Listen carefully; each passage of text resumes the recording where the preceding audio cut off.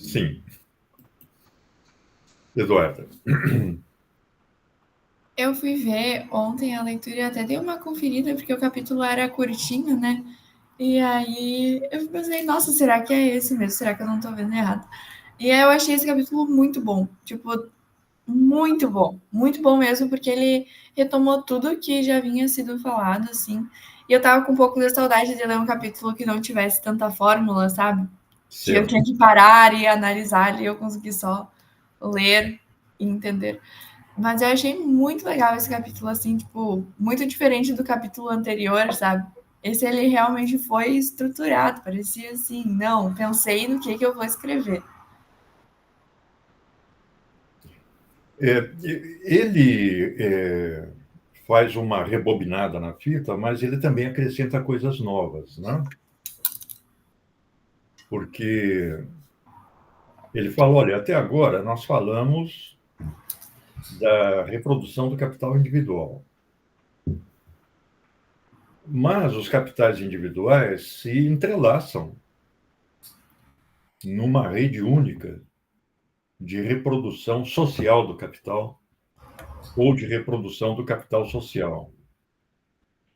Cada capital tem a sua autonomia nessa rede única, mas cada capital depende dos outros para se reproduzir. Há uma interdependência na reprodução dos capitais individuais, porque cada capital, para se reproduzir, vai precisar comprar de outros capitalistas meios de produção. É claro que a venda da força de trabalho não configura capital, mas ela vai estar sempre presente, porque, é claro, o que o Marx chama de capital é exatamente o uso da força de trabalho, ou seja, o trabalho. Então, ele compara a, a rede de reprodução do capital com a rede de circulação de mercadorias, a rede de troca de mercadorias. Ele fala, as trocas de mercadorias também formam uma grande rede em que os vendedores se relacionam com os compradores.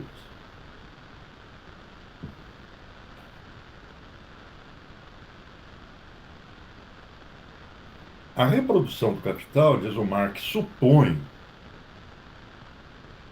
o desenvolvimento, a generalização e a transformação em elemento dominante dessa grande rede de troca de mercadorias.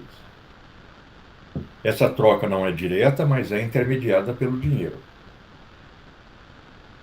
que nessa rede vai exercer várias funções, como meio de, como dinheiro de cálculo, como meio de circulação, como meio de pagamento.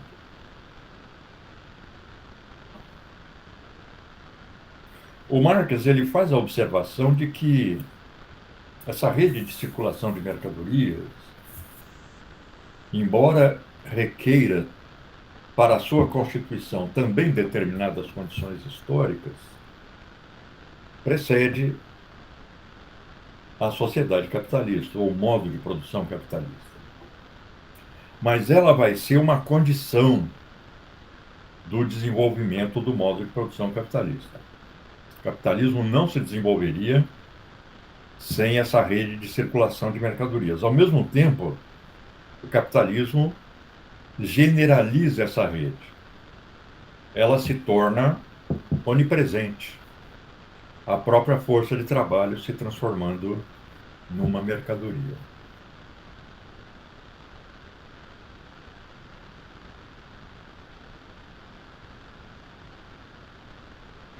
Na sociedade capitalista, o Marx já adianta aí, essa rede de intercâmbio de mercadorias vai ser subordinada à reprodução do capital social.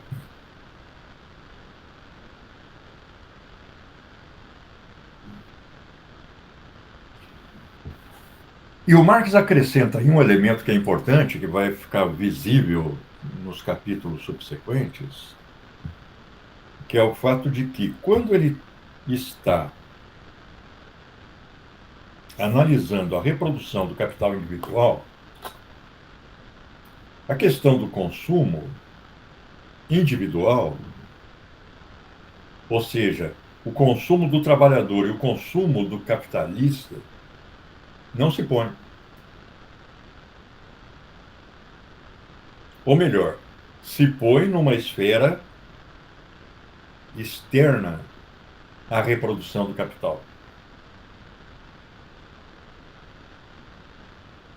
Mas, tanto o consumo do trabalhador, agora do conjunto dos trabalhadores, da classe trabalhadora, quanto o consumo individual dos capitalistas, individual e de suas famílias, vai se pôr, vai ser um elemento crucial na reprodução do capital total. Então, se o consumo individual não entra na reprodução do capital individual como um elemento diretamente integrado à reprodução do capital individual, ele vai se integrar diretamente à reprodução do capital total, como Marx vai expor nos capítulos subsequentes, né? E aí ele dedica uma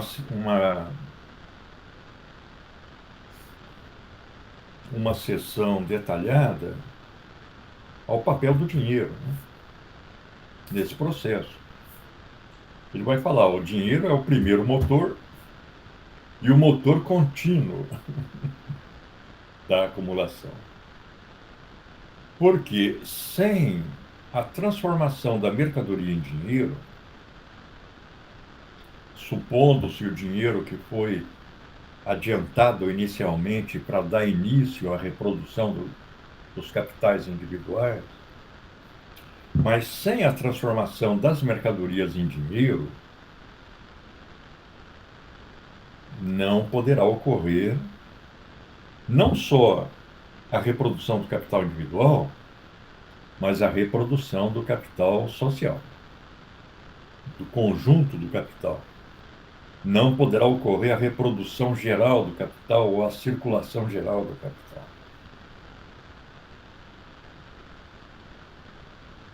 Então ele realmente está fazendo aí uma preparação, né? Eu também acho muito esclarecedora essa introdução, né? Quer dizer, quando o Marx para de fazer aqueles exercícios de simulação quantitativa, realmente a qualidade do texto melhora substancialmente, né?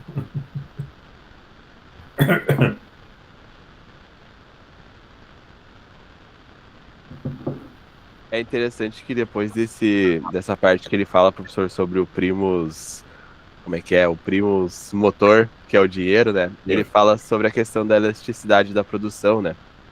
Que também é um pouco que não precisa necessariamente tanto do dinheiro, porque pode aumentar a exploração, dá para explorar recurso, e isso não necessariamente precisa de dinheiro, né?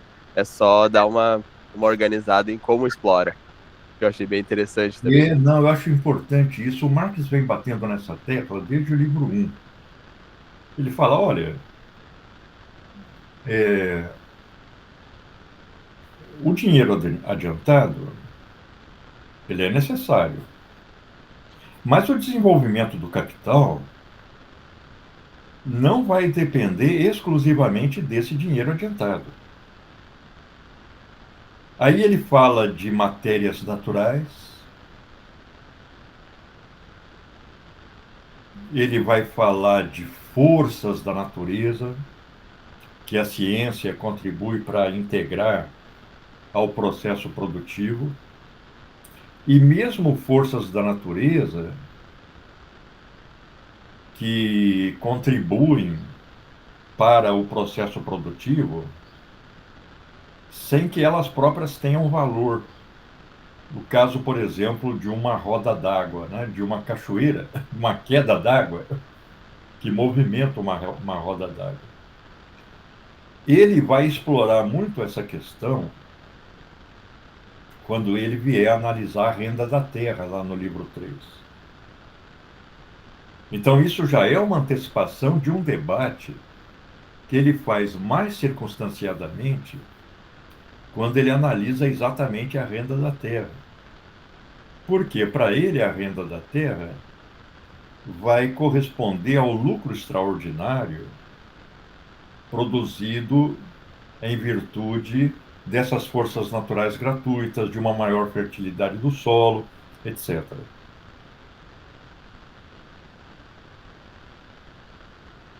Mas nós podemos imaginar dois capitalistas em que um organiza melhor o processo produtivo, supervisiona melhor o processo produtivo, explora mais intensamente os trabalhadores, impondo maior intensidade de trabalho e estendendo a jornada, aproveitando melhor as matérias e forças naturais. Então, são dois capitais que começaram com 100 mil reais, mas um deles vai deslanchar muito mais rapidamente do que o outro, em virtude disso. Daí a não coincidência, né, entre o dinheiro adiantado e o desenvolvimento do processo produtivo. Vamos levar em conta que essa coincidência ela está implícita na própria noção de capital, porque, para o Marx, o capital não pode ser compreendido na esfera do valor. O capital só pode ser compreendido na esfera do valor de uso, ou seja, na esfera do consumo e do consumo dessa mercadoria que tem a propriedade de, quando utilizada, produzir valor, que é a força de trabalho.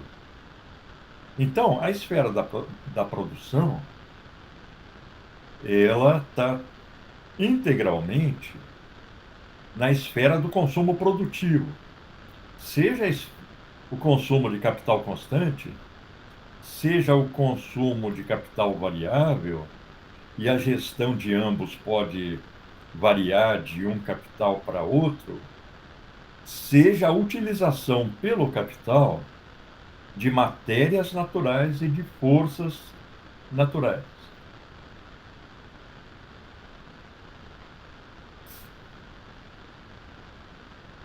Tem uma passagem interessante que ele fala, olha, o aumento da produtividade do trabalho decorrente dessas forças gratuitas da natureza aumenta a disponibilidade de meios de produção. E isso não aumenta o valor dos meios de produção produzidos, mas cria condições materiais para a reprodução ampliada do capital. Vamos lembrar que a reprodução ampliada do capital vai requerer mais meios de produção e mais meios de consumo do que os estritamente necessários para a reprodução simples. Que é preciso que se produzam meios de produção também para os trabalhadores que serão contratados num processo de ampliação do processo produtivo e também para a aquisição de uma quantidade maior de meios de produção que serão requeridos por uma reprodução ampliada. Então, ele está dizendo que a produção ela tem que ser maior do que aquilo que vai ser efetivamente consumido individualmente e produtivamente. Ou seja, essa superprodução relativa, ela é necessária à ampliação do processo produtivo, ao desenvolvimento ampliado do processo produtivo e à forma ampliada de reprodução do capital. Você vê que ele faz aí uma comparação com o que ele chama de produção social, né? Que é a produção socializada, a produção comunista.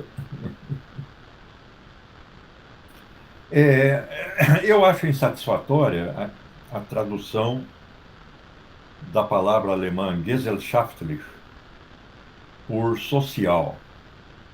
Porque em alemão, gesellschaftlich quer dizer a produção desenvolvida pela sociedade. A palavra social, ela designa também, por exemplo, uma relação humana, uma relação social, mas ela não é a relação do conjunto da sociedade. E a palavra aí designa essa produção pelo conjunto da sociedade.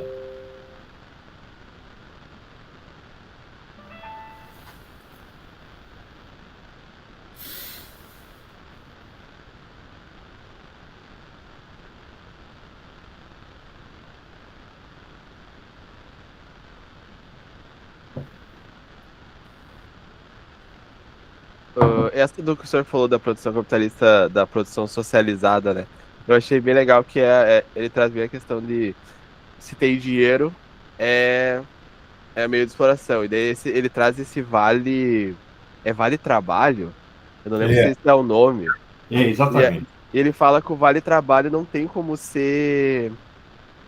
Aqui, ele fala que. Ele não é dinheiro. Isso, mas ele fala uma coisa aqui que eu tô procurando agora, que o vale trabalho não pode ser. Não circula. Não pode ser o quê?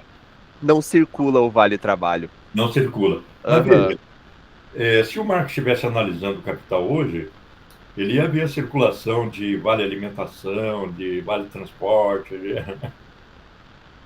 Agora, é claro que ele está falando desse vale numa sociedade em que o dinheiro não é necessário para o desenvolvimento global da produção. Porque não é uma sociedade baseada na troca de mercadorias. É uma sociedade em que os produtores planejam o processo produtivo como um todo.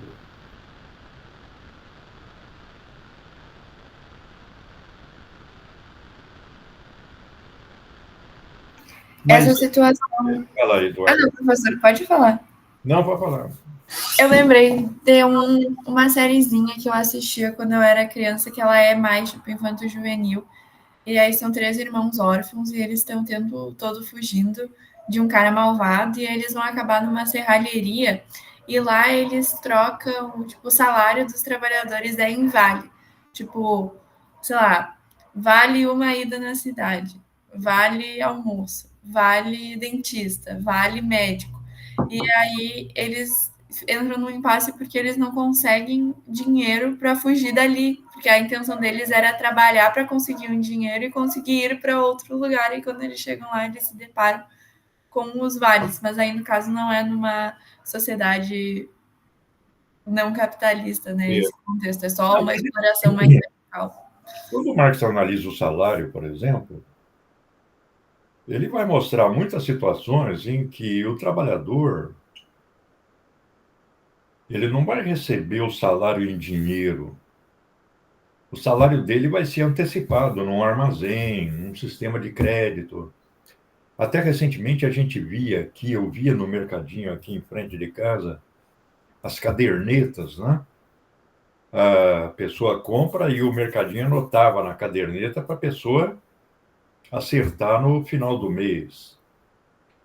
Mas, por exemplo, quando a própria empresa, o próprio capitalista mantém o armazém, por exemplo, o chamado sistema do barracão, em empreendimentos rurais no Brasil. Então, o trabalhador vai lá, compra a mercadoria a crédito, é marcado o nome dele.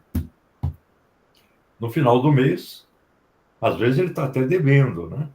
Então, ele não recebe dinheiro, ele recebe em mercadorias por um preço, muitas vezes, acima do valor da mercadoria. É claro que a reprodução do capital supõe a circulação monetária. Na circulação do capital, a circulação monetária, ou melhor, o dinheiro, vai exercer simplesmente suas funções de dinheiro. É a função de meio de circulação, de meio de pagamento.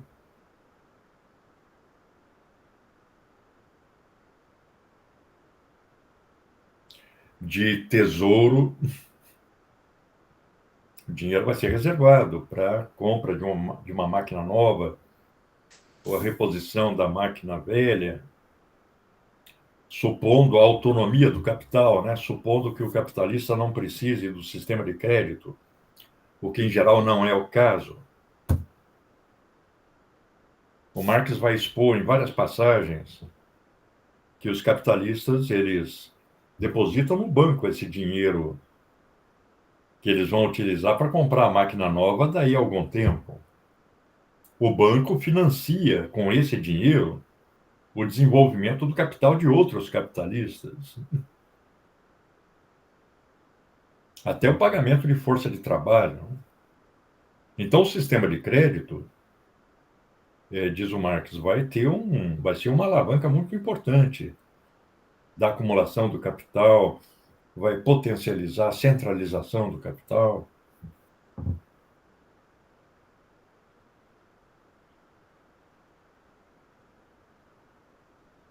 Como Marx está supondo aí a circulação metálica, ele novamente fala da produção de ouro para a produção de dinheiro, de que isso é um gasto improdutivo. Quer dizer, para a reprodução do capital total, a massa de dinheiro metálico em circulação é dinheiro jogado fora. Claro, ele cumpre uma função. O Marx fala, é a máquina de comprar e vender. Ele compara o sistema de circulação do dinheiro. Ele fala, é como se fosse uma máquina de comprar e vender. Mas essa máquina, ela não produz mais valia. Logo, ela só assegura a metamorfose da mercadoria. A transformação da mercadoria em dinheiro e do dinheiro em mercadoria.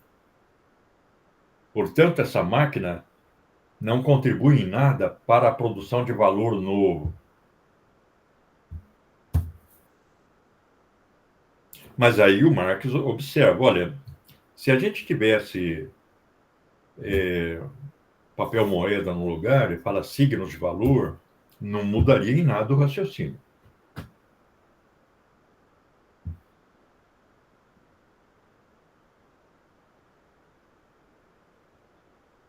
Porque vamos imaginar como ele vai apresentar aí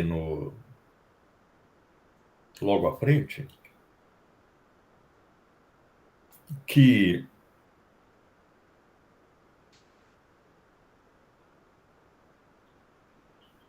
o setor de produção de meios de produção, que é o que ele chama de departamento 1, paga aos seus trabalhadores. Então, são todos os trabalhadores de um setor inteiro de produção da sociedade. Com essa massa de dinheiro, desse conjunto de capital variável transformado em salário, os trabalhadores vão comprar meios de consumo. Então, é uma grande massa de dinheiro que vai ser despendida rapidamente em meios de consumo.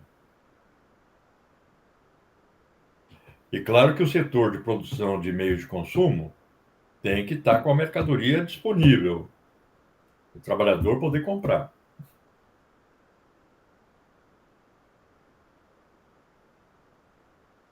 Então, agora, o Marx começa a trabalhar com os grandes números. Ele começa a trabalhar com a reprodução do capital em escala macro.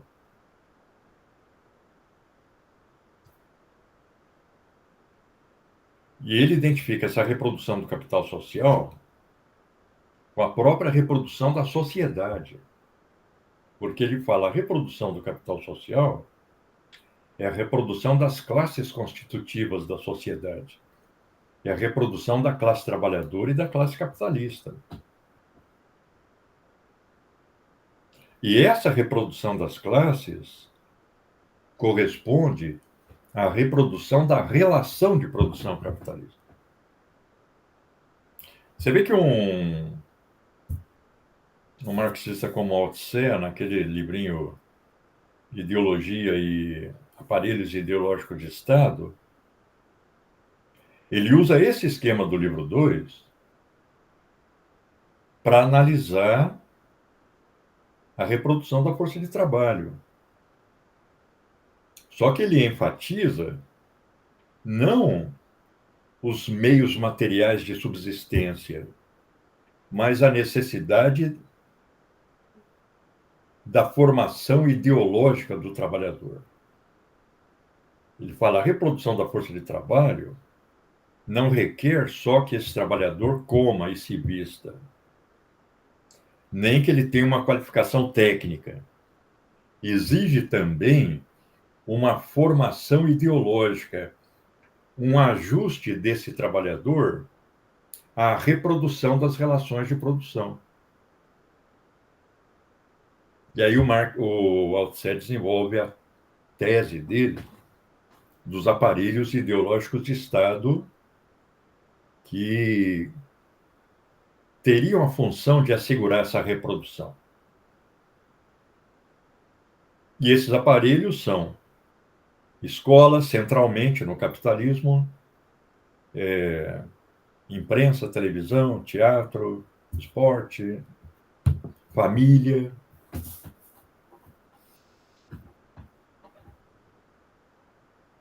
Ele considera a família um aparelho ideológico de Estado.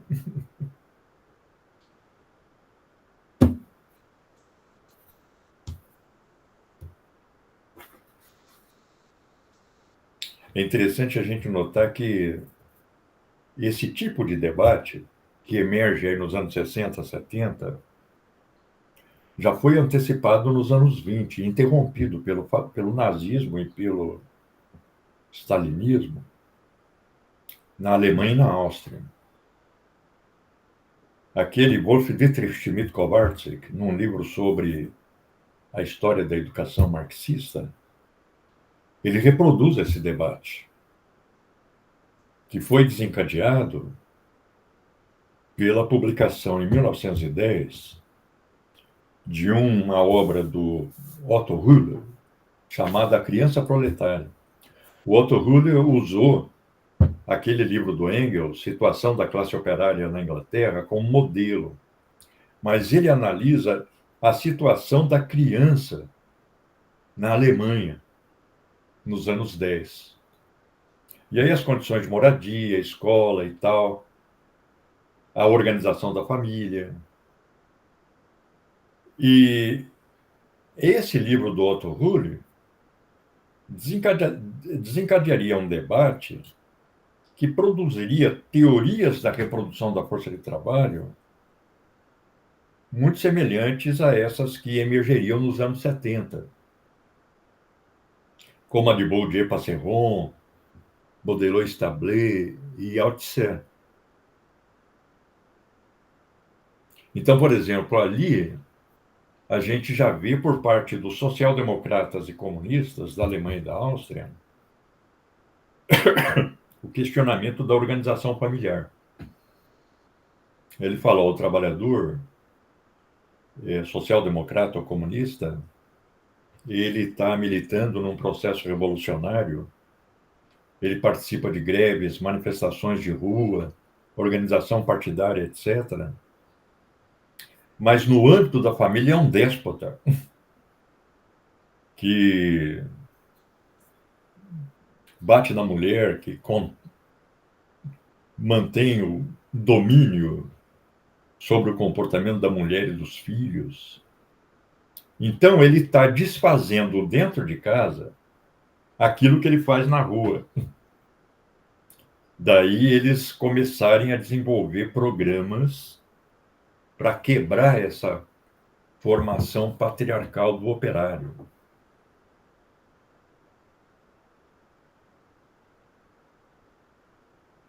Eu acho muito importante esse debate. Eu quero ainda aprofundar o meu conhecimento dele. Eu tinha até baixado todas as obras que eu encontrei desse debate. Aí, quando eu apaguei acidentalmente, meu computador, eu perdi tudo. Mas agora eu quero recompor essa minha biblioteca para ler. Professor, salvo engano, esse livro que o senhor falou, que analisa a situação da criança na Alemanha, ele é muito utilizado por aquelas pessoas que estudam, tipo, a legislação relacionada à criança, sabe? Que faz aquele panorama geral da criança em vários momentos, e por que é importante proteger as crianças, e que só agora tem que se pensar nessa proteção. E aí são as principais obras. Essa sempre, inicialmente, é tipo uma parte mais... que a criança não era vista como criança, era vista como um adulto pequeno, né? E que aí depois começa aquele boom da Revolução Industrial e usam muito esse livro para falar sobre a época da Revolução Industrial. Claro, claro. Não, você vê que aquele capítulo 13 do livro 1, ali tem passagens importantes, indicações importantes, tanto para o desenvolvimento do sistema escolar, quanto para o desenvolvimento dos direitos da criança. Porque a incorporação das crianças no processo produtivo pôs em questão o próprio cerne ideológico da burguesia. Porque o cerne ideológico da burguesia se baseava no contrato de pessoas iguais, mas pessoas adultas, e não na relação assimétrica entre o capitalista e o pai que leva a criança para trabalhar, a revelia da vontade da criança. Você vê que o Marx fala de crianças trabalhando a partir dos 4 anos de idade, dos 6 anos de idade. Aquilo devia ser uma brutalidade sem limite. As crianças ficavam doentes e morriam muito rapidamente. Sem contar acidentes, né? Eles punham crianças, porque elas eram pequenas, para limpar a máquina que estava em funcionamento debaixo da máquina. Aquilo cortava a criança no meio. Né?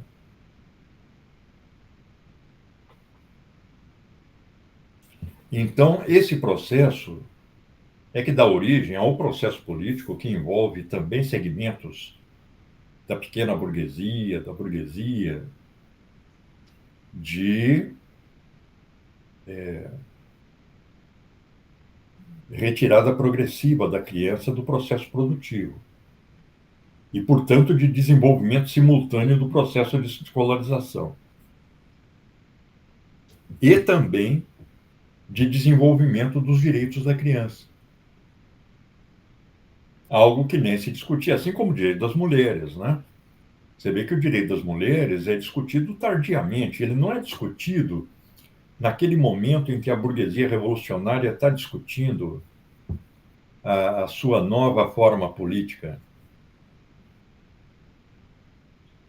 A mulher está apartada. Mas a questão dos direitos da mulher já começa a ser discutido com força na segunda metade do século XVIII.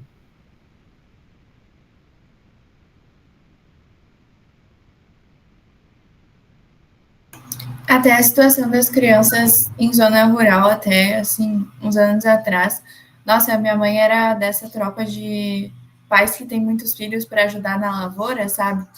E, felizmente, quase todos eles conseguiram vão conseguir se aposentar mais cedo por conta desse tempo de trabalho rural quando eram crianças. Então, acaba também sendo um avanço, né? Porque essas crianças já faziam trabalhos pesados desde os 8 anos, assim. Então, ela conta umas histórias de outras famílias que eram piores ainda, sabe? Dos coleguinhas dela de Não, aula. claro, claro. É comum na zona rural o pai levar a criança para trabalhar junto. Ela já vai aprendendo e exercendo uma função no processo produtivo. Eu acho que, embora nós tenhamos limites à incorporação da criança no processo produtivo, um limite mínimo de idade e tal, tem aspectos, por exemplo, na legislação educacional, que eu acho que ainda transigem com o trabalho da criança. Por exemplo, as diretrizes curriculares e operacionais sobre educação no campo, elas sempre se referem a períodos especiais durante o plantio e colheita.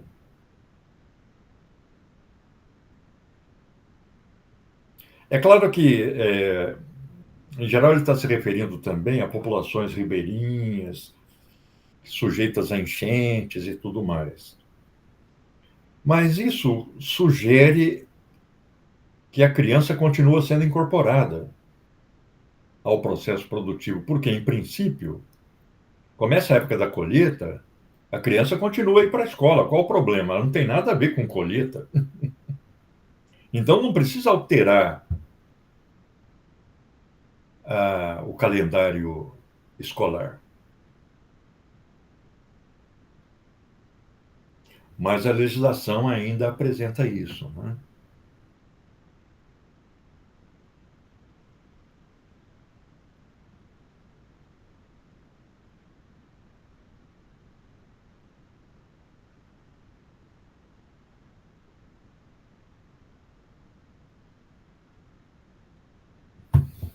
Não sei, pessoal, talvez a gente possa ficar por aqui. E aí, na próxima semana, esse capítulo 20 é enorme. Então, ele está dividido em segmentos palatáveis. Embora tenha uma parte que, mesmo assim, ficou grande. E eu deixei grande para a gente poder. Vou abrir aqui para a gente poder terminar o livro 2 ainda em dezembro, né? Senão vai ficar só um pedacinho lá para o ano que vem. Ah, não. Tem ainda o capítulo 19. Esse capítulo 19, em que o Marx discute a maneira como Adam Smith, o Ricardo, os fisiocratas analisam a reprodução total do capital, ela é muito importante porque ela vai estar no cerne de um debate que seria posterior à publicação do livro 2. Esse debate ocorreu entre marxistas russos. Curiosamente, o Capital ele exerceu uma influência grande, suscitou um debate entre intelectuais russos que discutiam a possibilidade do capitalismo se desenvolver ou não na Rússia e também a possibilidade da sociedade russa passar para o socialismo sem um desenvolvimento capitalista, já que ainda era muito generalizada na Rússia a propriedade comunal antiga. Então se discutia a probabilidade de passar diretamente da propriedade comunal para a propriedade socialista. O próprio Marx chega a participar desse debate. Então. E aí, aquele livro, A Acumulação do Capital, da Rosa Luxemburgo, vai fazer vai compilar esse debate. E aí esse trecho especificamente vai ter uma importância muito grande na discussão que ela faz do livro 2 do Capital. Então, especificamente esse capítulo nos ajuda bastante na leitura do Acumulação do Capital da Rosa.